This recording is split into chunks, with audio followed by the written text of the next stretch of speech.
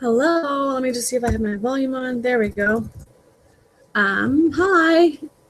How are you guys? I'm so glad you guys are here. I'm just running a minute behind. I just want to get everything up.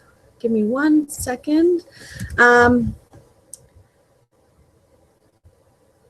going to open up the chat or the Q&A section. Oh, I'll open the chat. That's what I'm going to do. Okay. I'm just getting some stuff open and set up to make sure we're all there.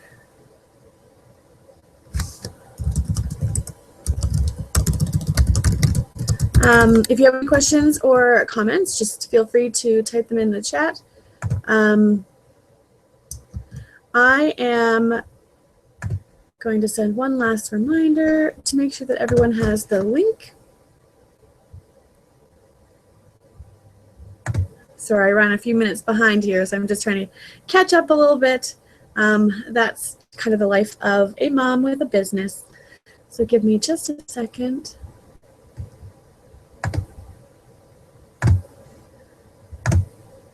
Just making sure that everyone has the link who is registered. And there we go. Perfect. All right, I'm going to start by introducing myself. My name is Alyssa.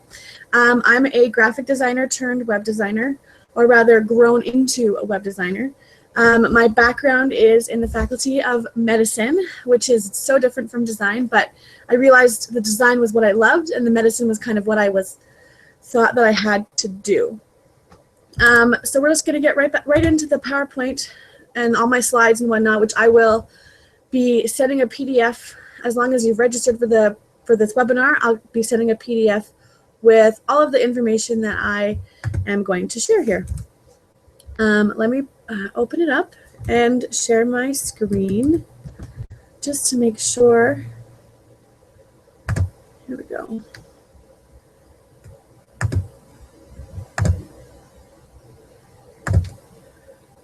All right, I'm just going to double check with my manager and make sure that we can see it. Michelle, can you see the screen? Can you see the PowerPoint?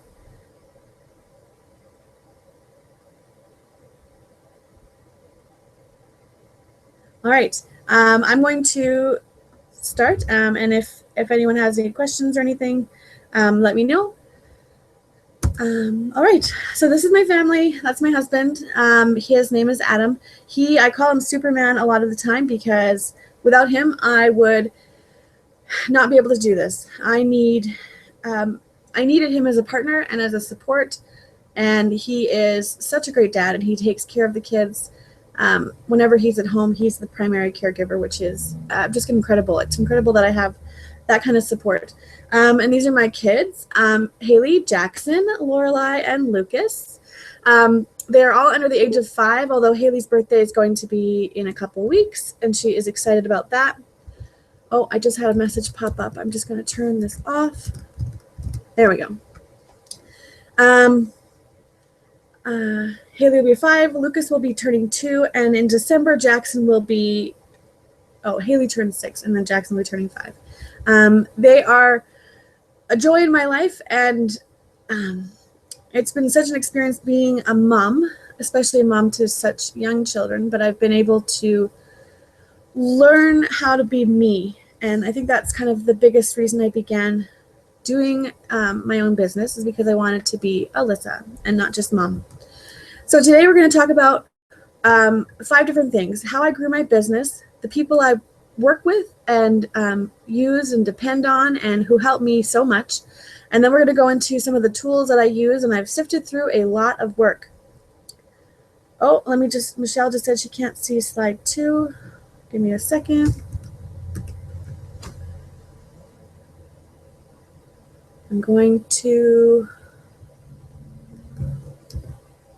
I think I know why. I think it's because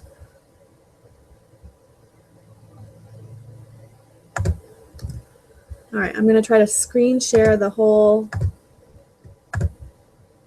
screen, but I think that might blow up. Just give me 1 second. There we go. How about now, Michelle? A little bit of a technical difficulties. This is my very first webinar, if you didn't know. I have kind of been terrified of phone calls, terrified of webinars, terrified of talking, I guess. And that's really kind of the introvert in me coming out. I do love to share information and share my story and build conversations, but it took me a little bit longer to get on the phone. But I've done that now, and it's kind of exciting. It's a big, exciting growth. I'm going to go back just in case you missed, because we couldn't see the slide here. These are my kids and my husband. Lorelai, that's Gilmore Girls. I love that show. Anyway, we're going to go into the agenda. So I'm going to grow my business, how I grew my business, who I work with, the tools I use, and then we're going to get right into money and talk about how much I've made, but more than that, where I've spent money, where I've invested money. And then I'll give some time at the end for some Q&A. So what did I do to build my business? A lot. Once I started writing out all of these things, I was like, wow, there's a lot of steps to building a business and growing a business. In no particular order. Of course, I'm a web designer, so I had a website right off the bat. I knew that how important it was to have a spot where people could go to learn about me if they weren't quite ready to talk to me on the phone, nor was I ready at the time. But also some place that they could see my products, my services, my prices, about me, what I offer, and all of that without me having to be literally online 24/7. So I think a website is definitely a great, what Michelle and I call it, an employee. They're our 24/7 employee who has all the right information because they're consistent and they're not full of errors, unless of course the person building the site has the errors. I also hired a coach, and that was one of the first things I did. My coach is Cassie Howard, and we've worked together for 4 months, and you'll see in a few minutes, she just exploded my business. Working with her was amazing. She always says that you can do everything and you don't need to have a coach, but having a coach will get you there faster. And I absolutely agree with that. She was able to get me on task, figure out what I needed to focus on, tell me how I needed to do things, what I needed to change, how to price things. And she was just this wealth of information where I could always go to her, having unlimited email access to her. I could ask her any question at any time. And it was great to have that support. I invested in my business, which you will see. Not a lot of these things are free. A lot of it was, my own research and whatnot on Google, but a lot of the rest of it costed money, and you have to invest in your business. And you'll see that when I break down the price, my breakdown of where I've spent money in a few slides. I began and grew my email list, and this was one that I put off for a while. I did not think an email list was necessary. I knew that I was being visible online, and I didn't think anything else mattered. I was posting in Facebook groups, and if they wanted to chat with me, we could email each other. But who knew that an email list was important, and let alone who knew how to build that email list? I had no idea how to even get people to sign up. I didn't know that you had to, or that the best way to build an email list is to have a freebie, an offer, to show tips and give that support to your audience, and not always sell. That is the biggest thing about having an email list, is you want to build your relationship with the list. You don't want them to feel like you're spamming them with, buy this, hire me. You don't want to do that. And Cassie, again, my coach, was fabulous in explaining, how to set up a follow-up series of emails, what to say in those emails, how to reply to any follow-ups from other people. And it's grown a lot. And of course, your email list number is not the biggest thing ever. It's not the most important thing, but it's a good option. It's another place for you to build relationships. And that's what this business is all about, is to have a successful business, you need to build relationships. The first thing Cassie, my coach, made me do was hire an assistant. On our very first call, she said, "Alyssa, do you have an assistant?" I said, "No." And she said, "Hire one." And I said, "Well, I don't think I have enough money to hire one." And she basically said, you need one, and by not having one, you will eventually lose money. And she was absolutely right. Brennan is my assistant. I have all these links in a little bit, and you'll get a chance to see these people and their beautiful faces and their websites. She is my go-to girl. Anytime I need anything, she's there to research something for me, email somebody for me, update a client for me. She works in my QuickBooks with all my expenses and my receipts. I can't even explain how incredible it is to have an assistant who's on my side, who knows my business, who works as hard as I do and is passionate about it just like I am. The next thing I wrote is that I taught myself. I am obviously a believer in investing, but I also did not go to school for design. I went to school in the Faculty of Medicine. And so my design was all self-taught. And if I didn't know how to build something or do something on a website, or I didn't know how to use, let's say, Photoshop, for example, I learned by doing. The best way to learn is to do it. And you can always have someone show you and hire someone and teach you, but it's not required to have somebody to teach you. You can always teach yourself. Google is, I feel like, a very underutilized tool. If anyone ever asks me a question that I don't know, I Google it. And most often I can find either the answer or something related to the answer that helps me figure it out. The last thing on the first column is that I added clarity calls to my process. And originally I would only do emails between clients and myself. I refused to speak to them on the phone, but I realized earlier the year, in I'd say March to April, people were saying that they wanted a clarity call, not necessarily calling it that, but they wanted some way to talk to me, in person, which is like through Skype, through video call, just to get to know me and make sure that we have a good connection and that we jive together. And once I started doing those calls, it was amazing. I look back to my conversion rates where a potential client converted to a paying client. And before I had my clarity calls, when I was strictly doing email alone, I converted probably 10 to 20% of those who spoke to me. So out of 10 people who emailed me, I might have had 1 or 2 clients. Once I added clarity calls in there and I was able to speak to somebody one-on-one, and we were able to work through what they were struggling with and really talk about what they needed from a web design, my conversion rate exploded. It went from about, like I said, 10 to 20% up to about 70%. And so out of 10 people who I had a clarity call with, between 7 and 8 of them would convert to a paying client. And it's kind of incredible how important it is to get that connection. And especially when you're spending a lot of money, as web design does not come cheap, from me at least. I have the I have high expectations for my design. And so when a price is higher, people like to know where that money is going and build that trust. And of course, that's part of building a relationship. And so anytime a client wants to chat on the phone, or rather Skype, I do it because I know how important it is for me and for them to learn about each other. In the next column, I identified the style and vibe that I wanted to convey. And what that means is, if you have been following my journey, you know that in July, I rebranded to a brighter color palette, primarily of hot pink with a little bit of green and blue.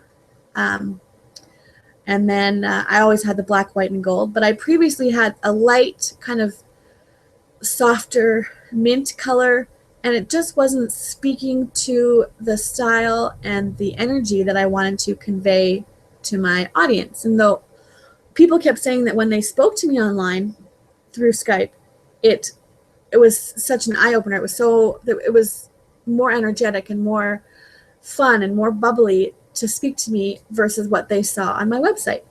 And I also had almost zero photos of myself on my website, and that's because I had not hired a photographer at that time. So I rebranded in July, and to rebrand, I redid all my copy. That's the words on the website. I had a photographer do my photos.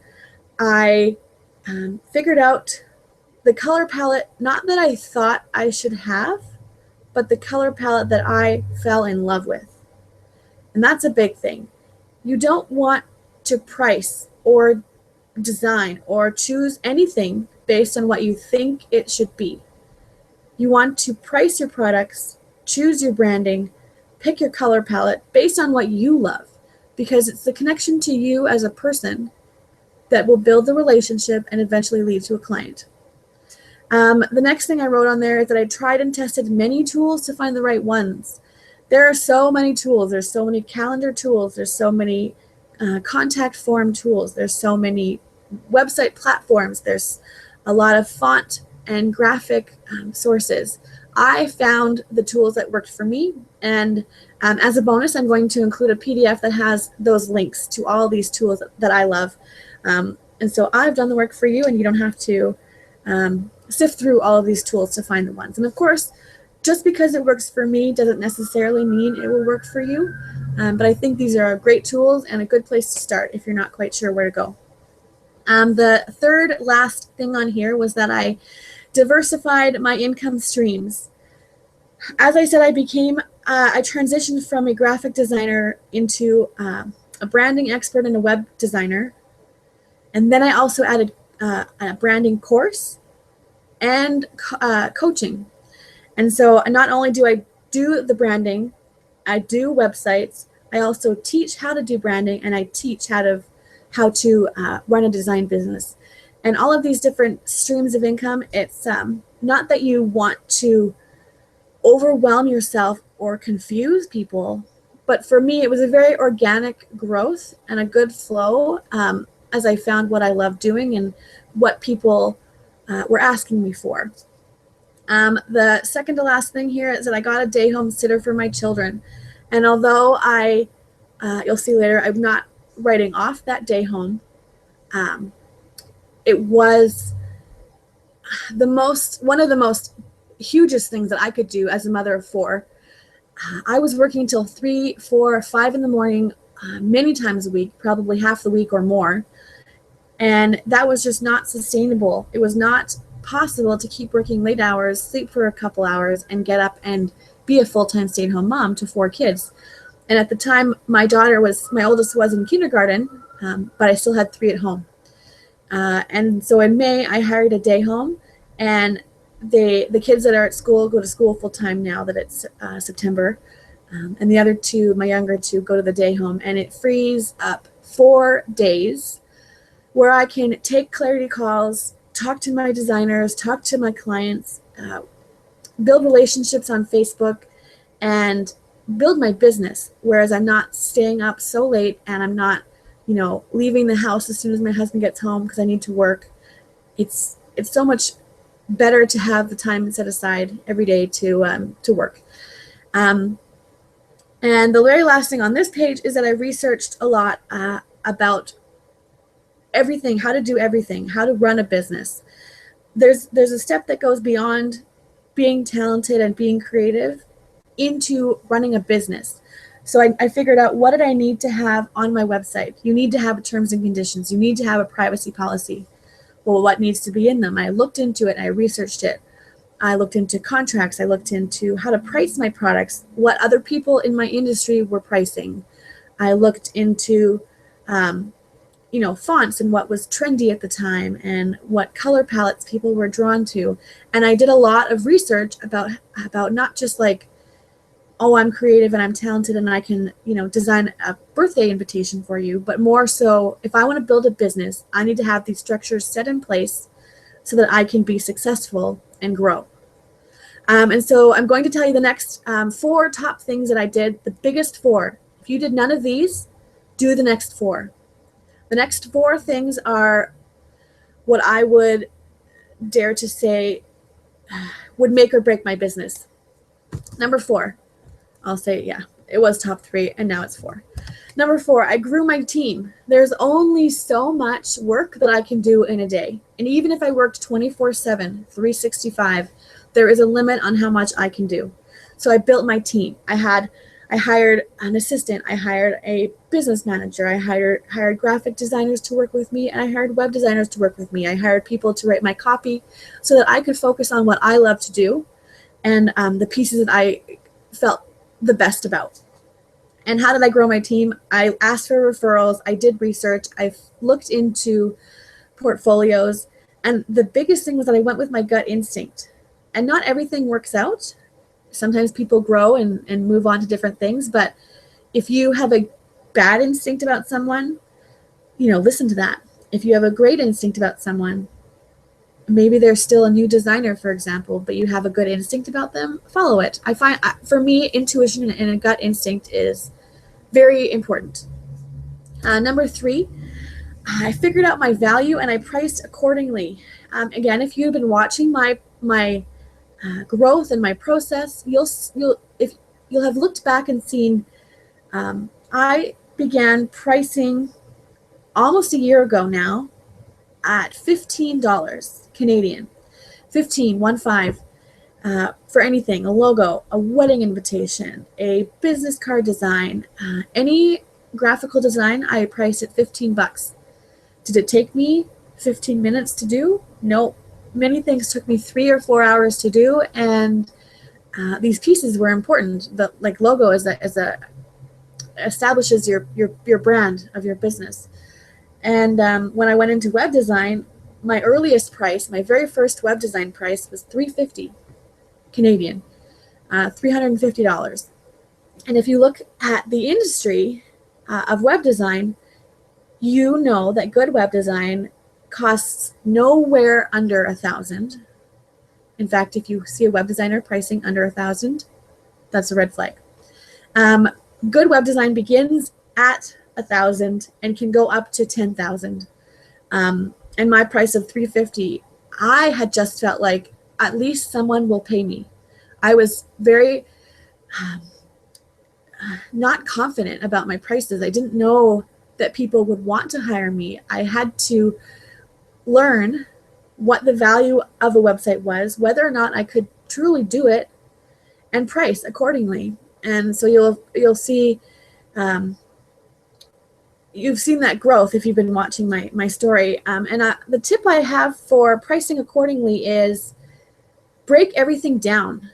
So I'm not going to say a website is $5,000 because $5,000 sounds like a nice number. No, I'm going to break it down. With the website, you get a clarity call, a mood board, a homepage, an about page, work with me, contact me, blog. You get SEO, which is search engine optimization. You get tech support. You get a how-to video at the end. You get a pop-up design included. You get all of these things, and you break it all down, and you price each thing individually, and you add it all up.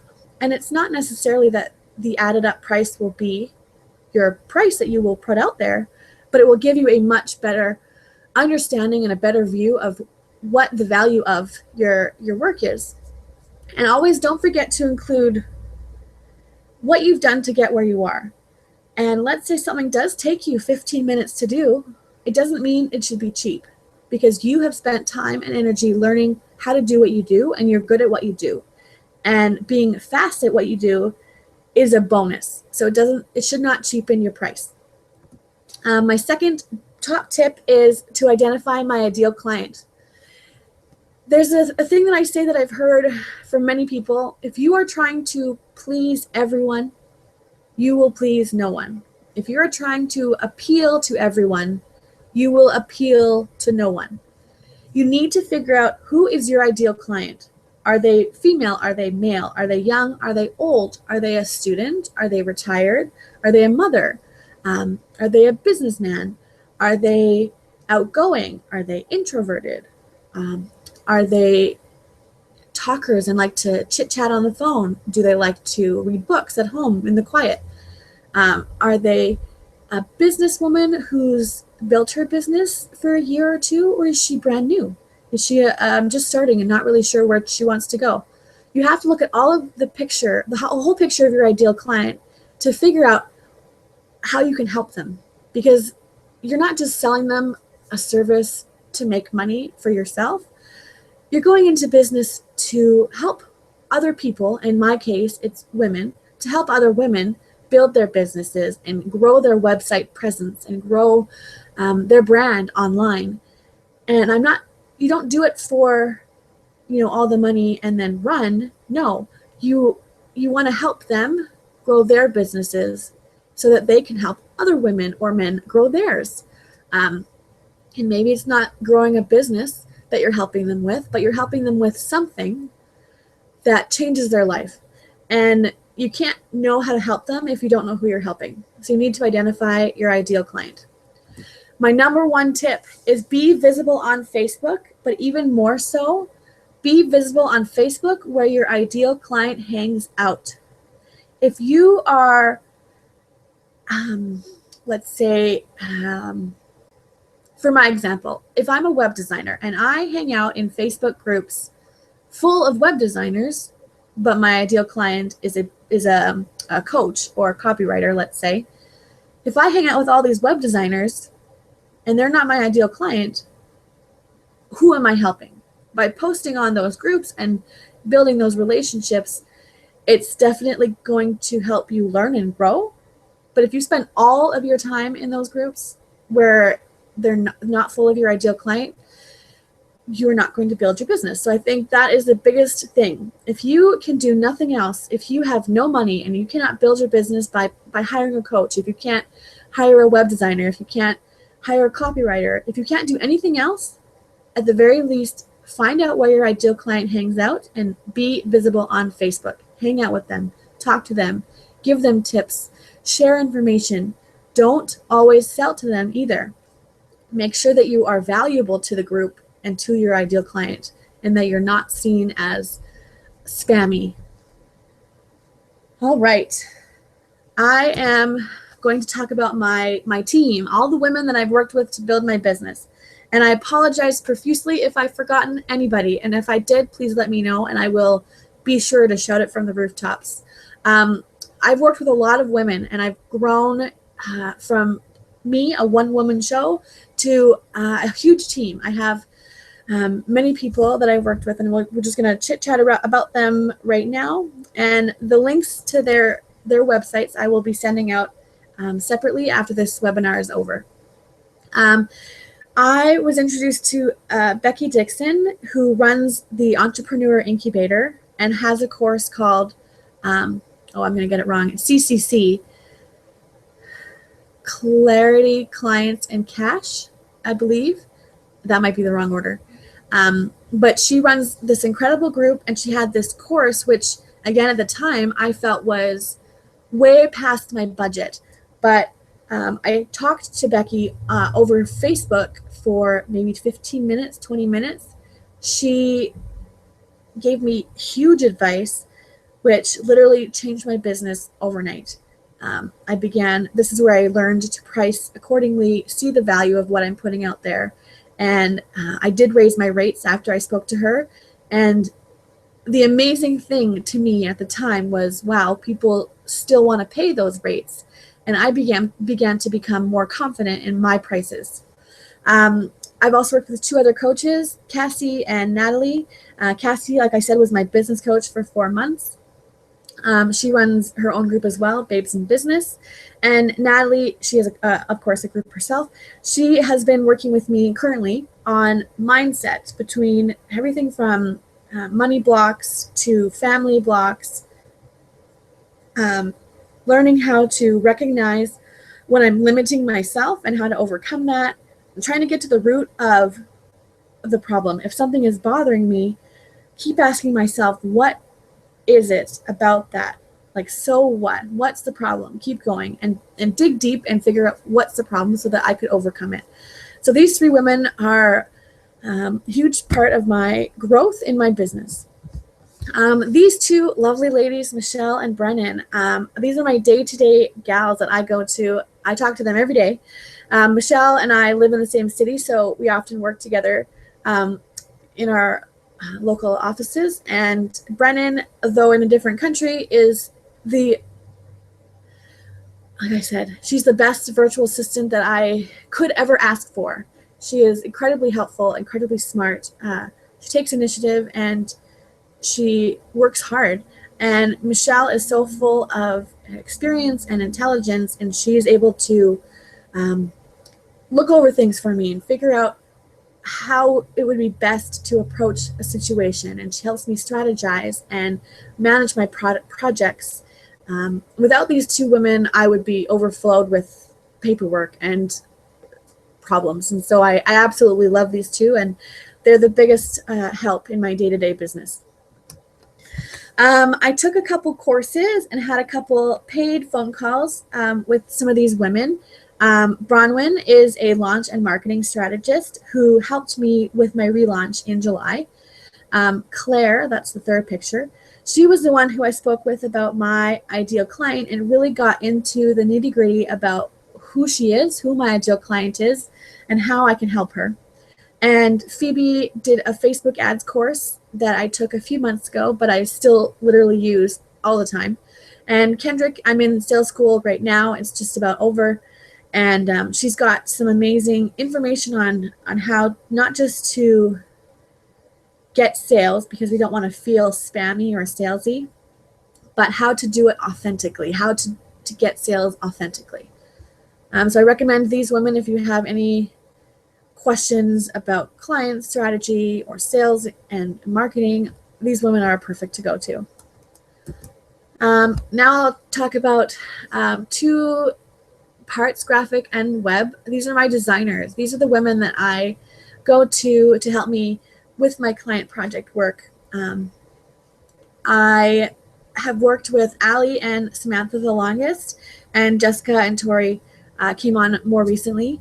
And they are so willing to listen and take my opinion and my advice, because of course I want everything to come up to the look and the style and the standard that I have. And they already are completely talented on their own, but it's so great to have this collaboration and have a second pair of eyes or a third pair of eyes to look at a project. And especially if I'm getting stuck, or if they get stuck, I can help them. And it's really great to have that collaboration. And similarly, I have got 4 web designers that I work with as well. Kelly and Cassie I work with primarily, and Tammy and Jessica are also newer. Again, it's incredible having these web designers who I admired. I reached out to them when I needed people to help me with my projects, and not only were they willing to help me and work with me, but they are incredibly talented. They are great to take direction, but they're also take initiative on their own and come up with designs that look spectacular that I might not even have thought of. And so it's kind of the best of both worlds for my clients, because they get the style and the high-end look that I will not let anything go out without that being the high-end look. But they also get a second pair of eyes or a second designer to give extra class and extra style. My copywriters, now these are women that I don't work with daily, but I've worked with each of them in different ways for copy. I like writing, but I'm not a copywriter. I like design so much more. And I learned through seeing these women online how talented they were at their craft, which is writing copy. And I hired them each at different times, and it was like they were able to get into my brain, just like I get into someone's mind about their web design.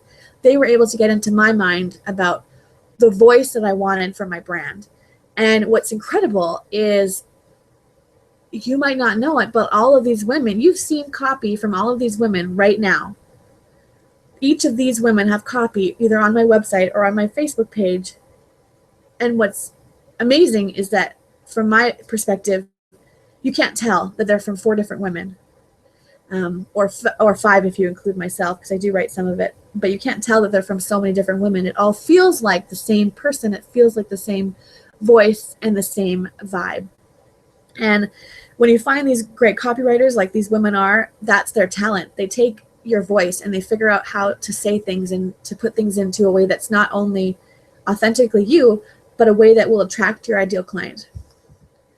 Okay, we're going to chit chat really quickly about the tools I use and the ones that I figured out work for me. Divi, you've probably seen me speak a lot about Divi. Divi is a WordPress theme. I use it on 95% of my clients. I only don't use it if a client insists on another theme, which is totally fine. But if they're open to switching to Divi, I will switch. And the reason for that is it is so versatile and flexible and has so much room for growth. Not only is there incredible support online, there is the only limit to a Divi layout is your imagination, because you can put any number of columns and modules that you want and come up with almost anything, any style that you can and that you would like. Divi can do. Aweber is my preferred marketing tool with my email and my autoresponder. Like I said before, building a list was not something that I had on my priority list, but when it became imperative that I began to do it, I worked with a few things and found that Aweber was my favorite. The drag and drop list or email builder is easy to use. The list can be combined. You can schedule follow-ups and broadcasts, and it just seems very usable for me. Paint.net. I have a branding course, and if you're in my branding course, you've seen me speak about Paint.net. I have Photoshop and I have Illustrator, but I also use Paint.net. And the reason for that is because before I became a professional web, I still did graphic design for my family, for my friends, wedding invitations and birthday invitations. And I used Paint.net because at the time I could not afford Photoshop. And it's a free program, PC only. It's only on Windows computers. It's free. It has so much capability and functionality. It doesn't have everything that Photoshop can do, but I've actually learned it can do a few things that Photoshop can't do. So with everything, there are pros and cons, but I love Paint.net. Even now, 9 months into my graphic design business, I use Photoshop and Illustrator almost daily, but I definitely use Paint.net daily. Pop-Up Ally Pro or Pop-Up Ally. It is the pop-up I use to, either it's embedded or it's a physical pop-up that I use on my website and my client websites to do the email list building. What I like about it is it's very user-friendly. You can see the design as you create it, and you can import and export forms. So if you've built one that you like a horizontal one on every page, you can export it so that you can use it on another website that you're building. CreativeMarket.com is an online marketplace, and it has everything from fonts, images, themes, Photoshop mock-ups. There's just so much there. If you don't know about CreativeMarket.com, take a look at it. I use it primarily for fonts, but again, it's got everything. Anything you can think of that's a digital product that you might use in web design or graphic design is there. And it's affordable as well. Etsy. This might come at you as an unusual choice for graphic designer. There's a lot of digital, commercially friendly products like clip art and fonts that are on Etsy. You might think of Etsy as, someone hand making a scarf, and you buy a scarf on Etsy. Well, it's more than that as well. There's a lot of digital items, and just make sure that you're looking for the commercial use licenses. But otherwise, Etsy is a great resource. 123 contact forms. That's what I use for my intake forms.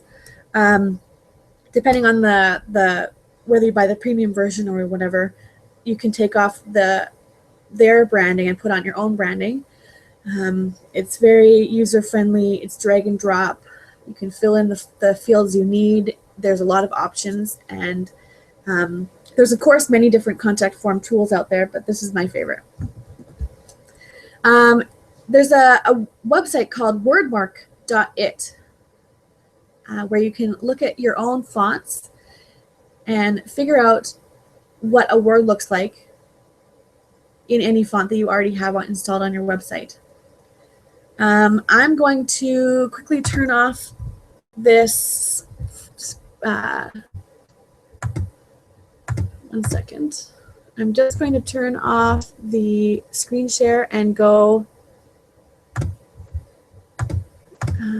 I'm going to go to wordmark.it to show you exactly what it looks like, because I think it's a very amazing tool that is not utilized a lot. Let me just go to my screen share again.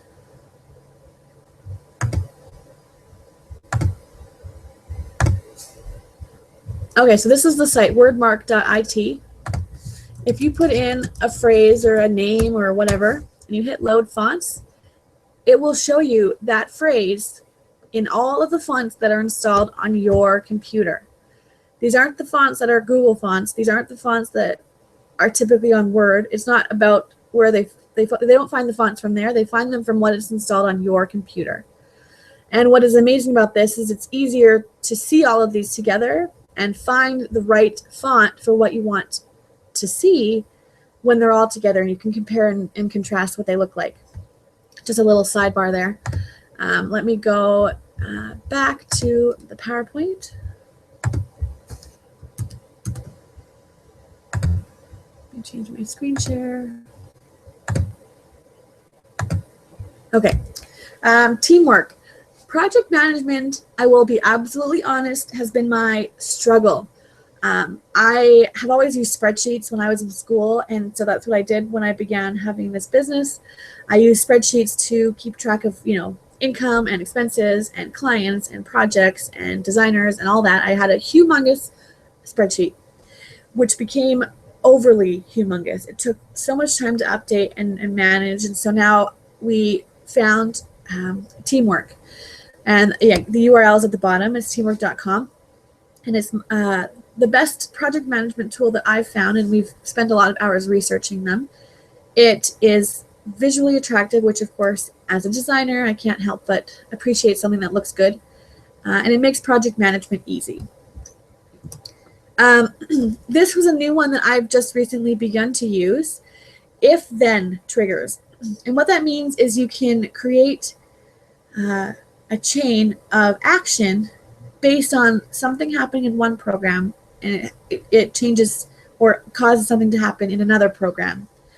For example, if a new client is created in Teamwork, then Gmail will send an email to me, for example. If something happens in MailChimp, then it can be added to my to-do list. There's so many different if-then action statements. It's a good one to play with if you're ever trying to automate your system. Okay, this is the part that I think many people have been wondering about and looking forward to, and so this is the part that I'm going to, let's talk about money. You've seen me post many times that my income has been a lot. I had $101,000 from April till September 1st. That's now gone up to 118 since April 1st till now. In 2015 thus far, it's at 121, almost 122,000.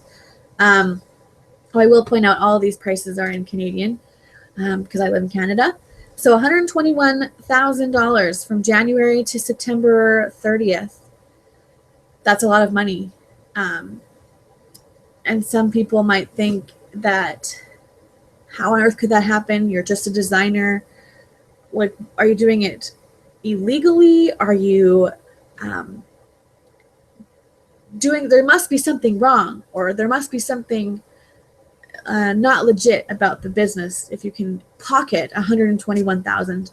Well, before I go into that, I'm going to say the $121,000, you can see it correlates in my monthly income. It correlates directly to all of the things I've invested in.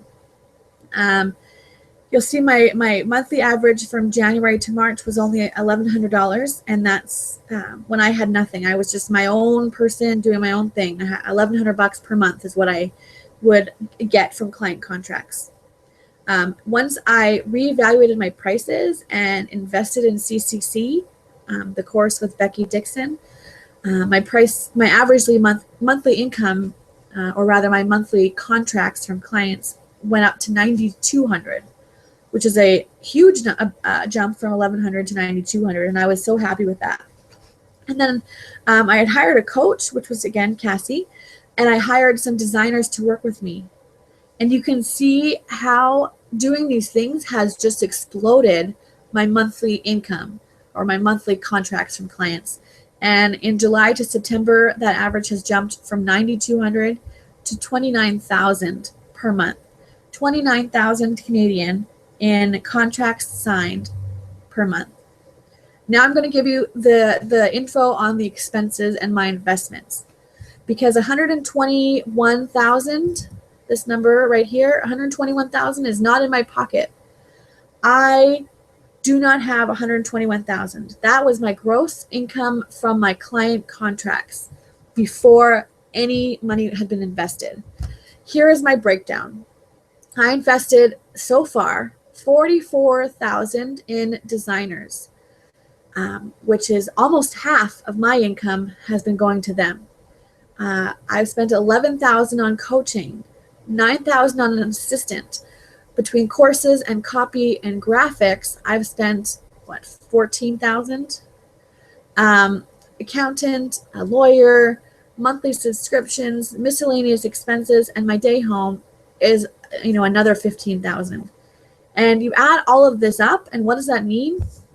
My take home in 9 months has been 30,000, which definitely, is a lot less impressive than 121,000. But the point I'm making here is that it's realistic. To build a business, you need to invest in your business. First of all, my business is growing daily. I am learning more daily. My designers are getting more talented as I'm growing. They're growing. We're all becoming better designers every day. I've taken these courses and hired these coaches and listened to all of this information and done all of this research. So now I've got the foundation so that in the future months, the take-home money will increase and my expenses will decrease. And so when someone says, "Oh, I made 100,000 in 6 months," I dare you to ask them about their expenses, because of course, to build a business, you need to invest money. To build a good business that is sustainable, that will continue to grow, and that is worthwhile, a business needs a foundation, and you can see how I've put out and invested so much money to build my business. I needed an assistant. I needed to learn from coaches and people that have been where I want to go. I needed to learn from them. I needed to have help. There's only, like I said, there's only so much time in a day. No matter how much time I spent to design, there's a limit. There's 24 hours in a day, and I could not do that, work 24 hours a day straight, because I have kids, and I, of course, want to sleep. I want to enjoy life, and my business is a huge part of my life, and I love it, but I needed help to do it. And so 121,000, let me just go back, 121,000 in client contracts signed to the business of Alyssa Gavinsky. However, once expenses are through, my income was 30,000. And I will say 30,000 in 9 months, which is about 25,000 in 6 months. 25,000 in 6 months, if you double that for a year, that's 50,000, which before I became a mother, my salary was about 50 to 55,000. And yet I'm doing this job that I love so much more. And so you might think like you're working way too hard to be making such a little amount of money. If you're working so many hours and you're trying to build up all these people and your team, and you're not making more than what you were making in your 9-to-5 job that was easy. Well, this I love, and this is so much more fulfilling and enjoyable. I wake up and I'm excited to work. I'm not dreading work on Sunday nights for Monday to come. So the fact that this money is not 100,000 in my pocket is a-okay with me. And one last thing is, from what I've read in business building, It's not very common to even turn a profit at all in the first year. It takes 3 to 5 years to build a business and turn the profit. And yet here's my profit of about 30,000 in 9 months. So after all of my expenses, 30,000 in profit. It's kind of incredible. And so I'm really proud of it, and I'm really proud of how it's grown. And we're gonna let it open up to questions now. I'm going to go back to the Hangout and turn off the screen sharing. All right. Michelle, can you, oh, I see questions here. There we are. Okay. I see some posts. Yes, the Word Market website is, I use it all the time. It's great to see how the fonts look together. And Desiree says, I love your transparency. Thank you. That's kind of one of my, I really pride myself on being transparent and showing people that it's possible to build a business and be a mother, but you can't do it by yourself, and to be realistic about how much to invest. If anyone has any questions, please shoot them at me. Michelle, can you post a question or something just so I can see that it's still working?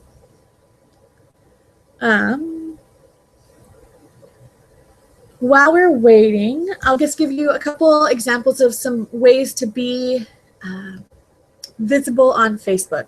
You need to post information that's useful to your ideal client. Post information that teaches them something that you've learned. Maybe it's information like to a free webinar that you're doing that is part of your time and it's valuable, but you're not making them pay you for it. You want to show value without being salesy all the time.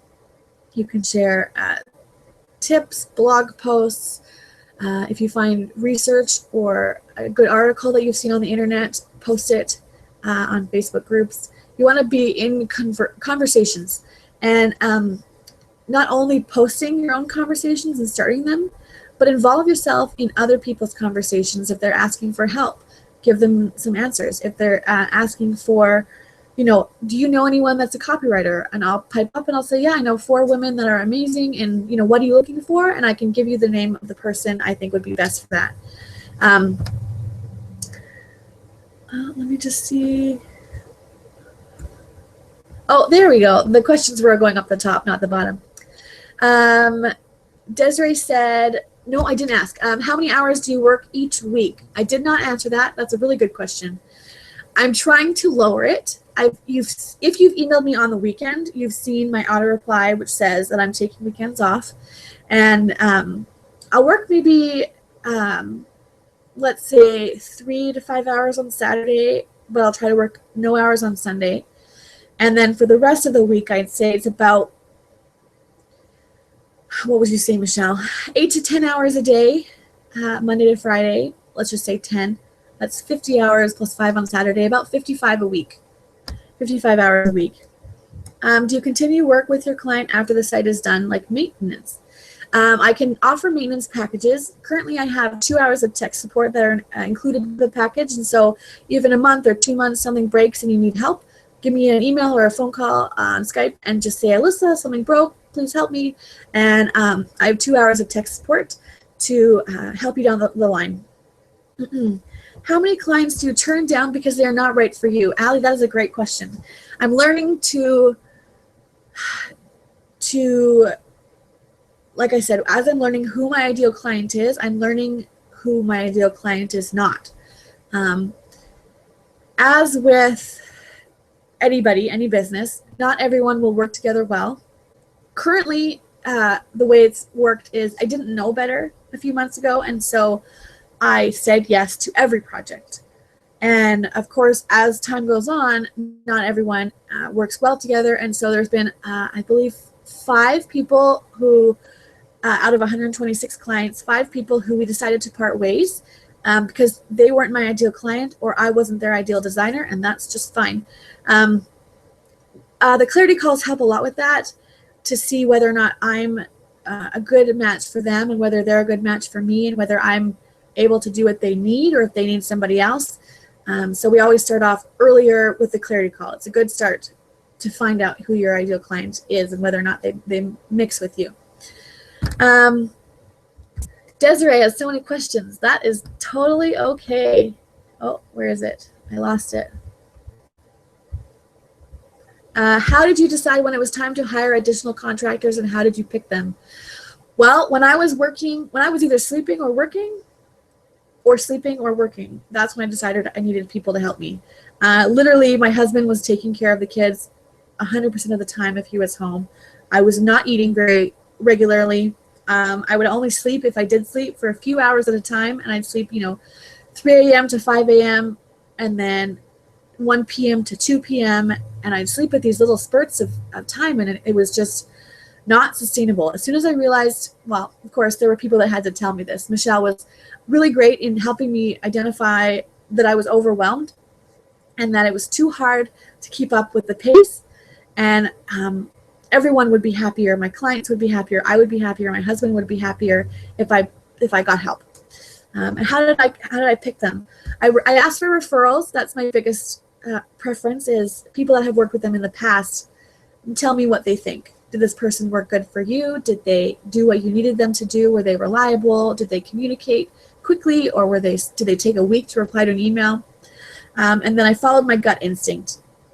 I have in my opinion, a strong intuitive sense of people, and I try to use that, just get that gut instinct and see if I think will be a good fit. I'm just going to go looking at the questions. How long are your clarity calls, and about how many a week do you do? That's a great question, Carrie. They're 15 minutes, which is nice and short. It's just enough time for the client to tell me what they need and for me to tell them about my process. Depends on the week, of course. I do about 3 to 6 per week. Depends on the week. This week I've got 2. Next week I've got a few more. Depends on the week. What has been your biggest lesson? That is a really good question. The biggest lesson is I can't do it by myself. I am a self-proclaimed control freak. I like to have things done a certain way. I have high expectations. I have high standards. I can see mistakes and I don't like them. So it was hard letting go. But once I realized how good it felt to let go, and how much more time I had and how happier I was when I let go and when I had people help me, it was like a weight was lifted off my shoulders. I could still work. As I've told you, I work 55 hours a week. It's a crazy amount of hours, but I love it. I was working like 80 hours a week, and it was just completely insane. So I still work, but I love it.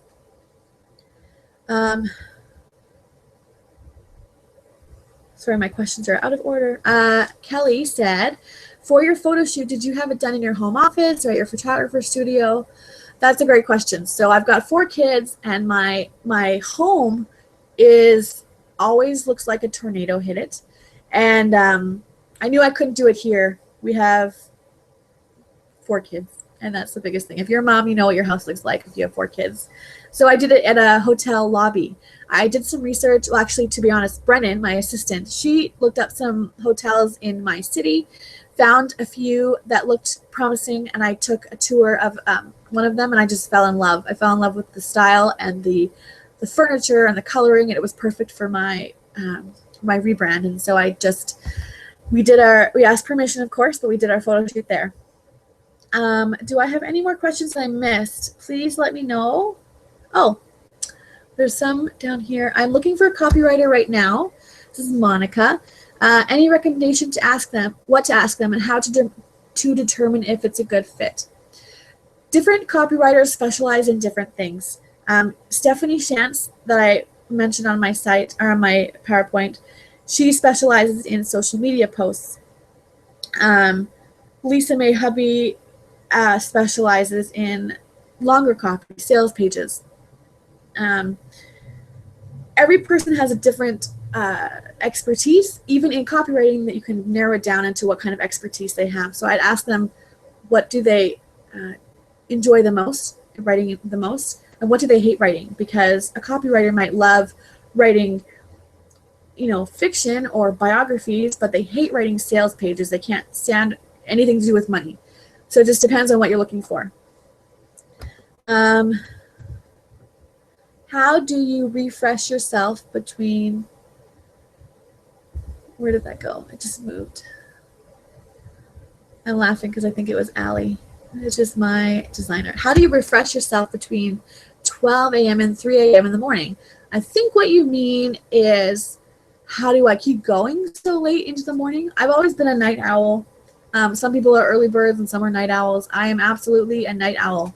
I can stay up until midnight or 1 easily just because I'm awake. I don't really know how to explain it. I do have TV on sometimes if I need something to distract me a little bit, so I'm not just like zoned in all the time. I like having the sound, but otherwise I'm just a night owl, and that's just about what I like to, when I like to work, is the night. Oh, and people are quiet at night. My kids are asleep. My husband's asleep. Even the internet quiets down between 12 and 3 a.m. So I can get a lot more work done. So that's kind of my most productive time. I'm just looking to see if there's any more questions. Love the idea of a hotel lobby. Yeah, it worked out really well and they were really great.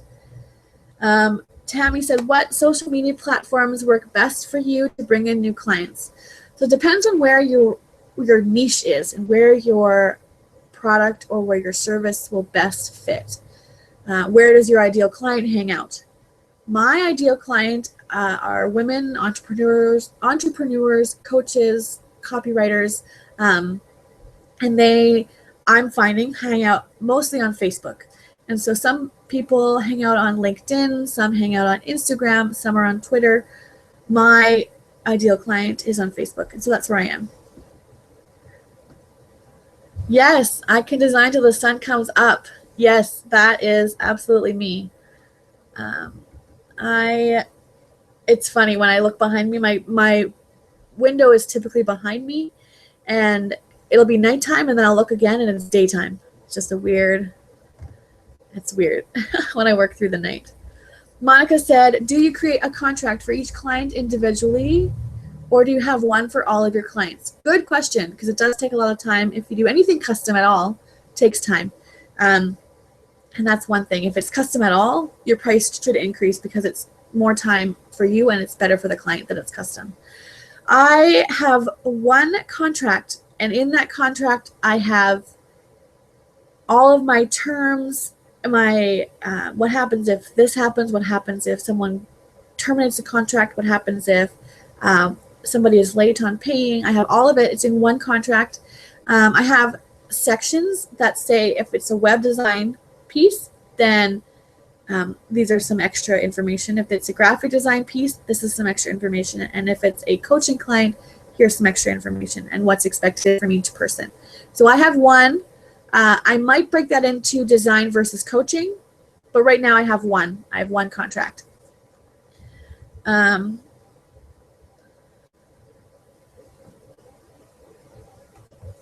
See if there's any more questions.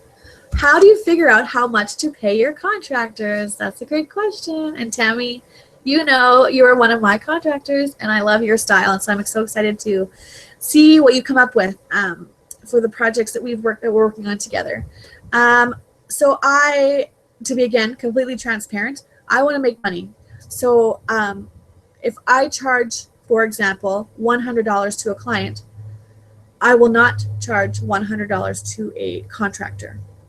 I've done research on what it is, kind of the way you should look at pricing for contractors and how much of a profit you're still turning. And I also keep in mind my contractors are working on the design. There are still a lot of pieces that I do. I talk to the client. I do part of their design pieces. I do the follow-up afterwards. I do the how-to call, the get-to-know-you call. I do the tech support. So that's one other reason why I don't just give the whole amount to the contractor. But I found about 20 to 30% of what I bring in is what I should pay a contractor. And that's what I've found from researching it, is that when you have a contractor, you should be making about a 60 to 70 to 80% profit. and the contractor takes the rest. And I hope that answers the question. Oh, Desiree, you're so awesome. Thank you. You are too. Michelle says she eats and sleeps her business because she loves it so much. It's true. I have spoken a lot about how when I was working a 9-to-5 job, when I was working at Zellers as a cashier, whenever I was working with an admin assistant or I was at school and I was in a research lab, I dreaded it. I didn't know what it was, but I just hated working. I did not like to get up on Monday morning and go to work. Everything was too early. I couldn't wait till I got home at the end of the day. And then this happened and it became like, it's my life. I love it. It's my passion. And hopefully people can see that and can see that I love what I do and that I try my best in everything that I do. And yeah, I eat, sleep, and breathe my business, and I love it that way. It's so funny how these questions are getting posted in different orders. They'll just pop up right in the middle of the package. Tell me if I've missed any questions. I don't think I have. One last look. Okay, I think I've gotten all the questions. Thank you so much for being here and watching me. This kind of is a big step. My first webinar kind of overcame that hurdle, and this just shows you that you can do it too.